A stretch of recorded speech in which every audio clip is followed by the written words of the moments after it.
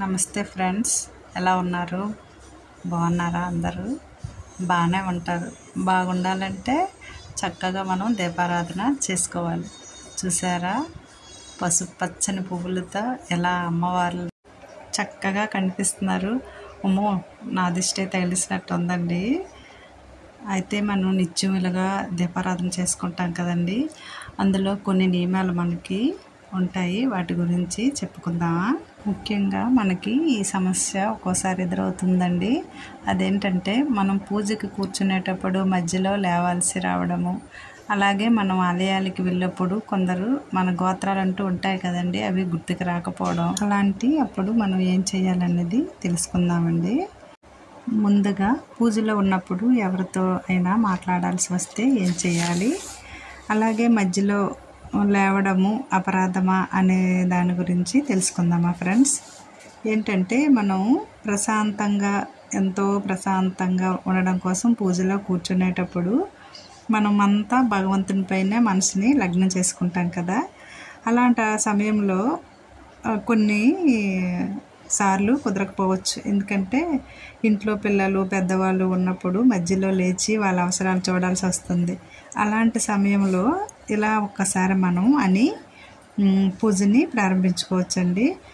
విష్ణువే నమః అని 3 సార్లు అనుకొని అవతల వాళ్ళతో క్లుప్తంగా కొంచెం మాట్లాడితే సరిపోతుంది. అలాగే మళ్ళీ మనం పూజలో కూర్చుంటాం కదండి, మళ్ళీ ఆచమనం చేసుకొని మరో 3 సార్లు విష్ణువే నమః అనుకొని పూజని కొనసాగించుకోవాలండి. ఇలాగ మధ్యలో లేచి పక్క గదిలోకి వంటింట్లోకి వెళ్ళాల్సి వచ్చినప్పుడు కూడా ఇదే విధంగా చేస్తే సరిపోతుందని పెద్దలు చెప్తున్నారు. ఈ నియమాలు పూజ నుంచి మనసు చెదరకుండా ఉండేందుకే. ఇలా ఫ్రెండ్స్, మనం మధ్యలో లేవాల్సి వస్తే ఇలాగా చేసుకుందాం. అలాగే మనకి గుడికి వెళ్ళేటప్పుడు గోత్రనామాలు చెప్పుకుంటాం కదండి, అవి గుర్తుకు రాకపోతే ఇలా కొందరికి గోత్రనామము తెలియకుండా కూడా ఉంటుందండి. అలాంటప్పుడు ఇలా వ్యవహార నామంతో కూడా పూజ చేయించుకోవచ్చండి. ఇంకో విషయం ఏంటంటే, ఇంటి పేరును కలిపి చెప్పొచ్చండి. ఇంటి పేరుతో సంకల్పం చేస్తే వంశాభివృద్ధి కలుగుతుందని కూడా అంటారు. ధర్మశాస్త్రం ప్రకారం ఆలయానికి వెళ్ళిన ప్రతిసారి మనం గోత్రనామాలు చెప్పాలనే నిబంధన ఏమీ లేదండి. ఇలా ఫ్రెండ్స్, మనం గుడికి వెళ్ళేటప్పుడు గోత్రనామాలు మనకి గుర్తుకు రాకపోవచ్చు. అలాంటప్పుడు ఇలా చేసుకుందాం. ఇంకో విషయం ఏంటంటే, రాహుకాలంతో దుర్ముహూర్తంతో సంబంధం లేకుండా రోజు పూజ చేసుకోవచ్చా అనే మనకి డౌట్ వస్తుంది కదండి. దానికి కూడా ఒక పరిహారము. నిత్యము ఇలాగ మనం రాహుకాలము దుర్ముహూర్తాలు చూసుకొని మరీ పూజలు చేయడం దాదాపుగా ఇంచుమించుగా మనకు అసాధ్యమే కదండి. నిజానికి అలా రోజు చేసుకోవడం దోషమే. కాబట్టి ముఖ్య సందర్భంలో మాత్రమే ఇలాగ మనం ఈ నియమాన్ని పాటించాలండి. మన తెలుగువారం ముఖ్యంగా వర్జ్యం చూసుకుంటే చాలండి. ఇంకో విషయం ఏంటంటే, గంటకు మారే శుభ సమయం పట్టిక ఒకటి గౌరీ పంచాంగంలో ఉంటుందండి, అందులో చూసుకోవచ్చు. అంతేగాని మనం రోజు రాహుకాలంతో ముహూర్తాలతో అని సంబంధం లేకుండా మనం ఇలా ఉండొచ్చండి. పూజలు అవి చేసుకోవచ్చు. ఇంకో గొప్ప విషయం తెలుసుకుందామా ఫ్రెండ్స్. ఏంటంటే, ఆత్మ ప్రదక్షిణ ఎందుకు చేసుకుంటాం? మనం గుడ్లకి ఇంట్లో వెళ్ళినప్పుడు కానీ ఇంటి దగ్గర కానీ మనం ప్రదక్షిణ చేస్తుంటాం కదండి, అది ఎందుకు చేయాలనేది తెలుసుకుందామా? ప్రదక్షిణ అంటే, మనం నిల్చున్న చోట మన చుట్టూ మనం 3 సార్లు సవ్య దిశలో తిరుగుతాం కదండి. అందులో 3 అంశాలు ఉంటాయండి. ఒకటి మన గురించి మనం తెలుసుకోవడము, రెండో ప్రదక్షిణ దైవము మనసు వేరు కాదనే సత్యాన్ని గ్రహించడం, మూడవది ఏంటంటే మనము కూడా ఆ భగవంతునితో మమేకం కావటం. సృష్టిలో మహాశక్తి అయిన సూర్యుడి చుట్టూ భూమి తిరుగుతూ ఉంటుంది కదండి, అలాగే భూమి చుట్టూ చంద్రుడి ప్రదక్షిణ కొనసాగుతుంది. అదేవిధంగా దేహశక్తి కన్నా ఆత్మశక్తి ఎంతో పెద్దది. ఆ ఆత్మ ఉనికిని తెలుసుకునేందుకే ఈ ఆత్మ ప్రదక్షిణ ఆచారాన్ని ప్రవేశపెట్టారండి మన పూర్వీకులు. చాలా గొప్పగా ఉంది కదండి. ముఖ్యంగా ఏంటంటే, మనల్ని మనము రక్షించుకునేందుకే ఈ ఆత్మ ప్రదక్షిణ చేయాలంటారండి మన పెద్దలు.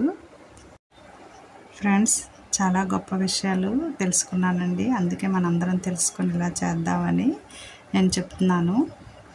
ఇంకా ఏంటంటే, ఇలా పూజ చూశారు కదా, చక్కగా దీపారాధన ఇలాగా మనం చేసుకోవాలండి. ఆనందం వేరేనే చెప్తుంటాను.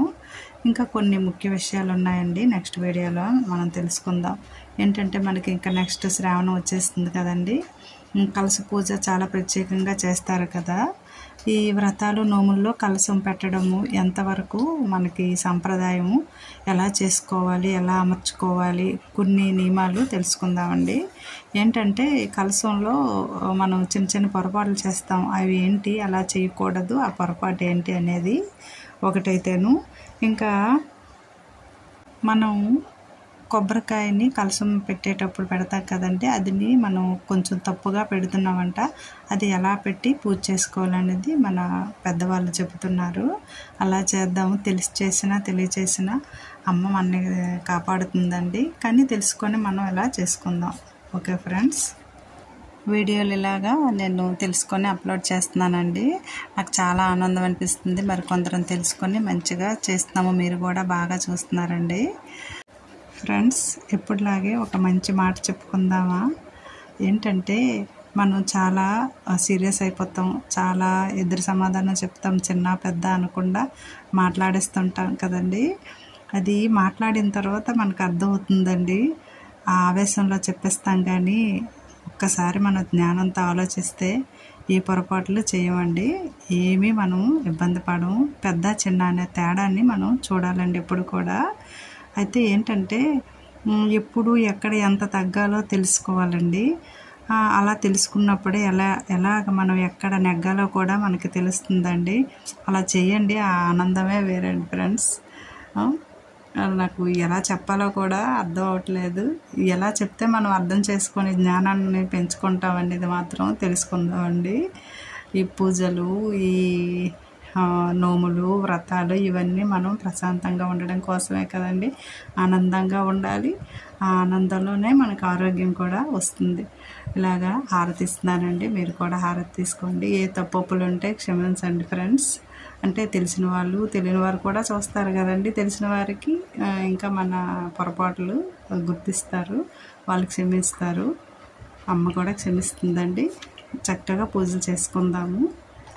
శ్రావణ మాసాన్ని కూడా మంచిగా దీపారాధన చేసుకుందాం. మన మహాలక్ష్మి మన ఇంటిని కాపాడుతుంది. Okay friends.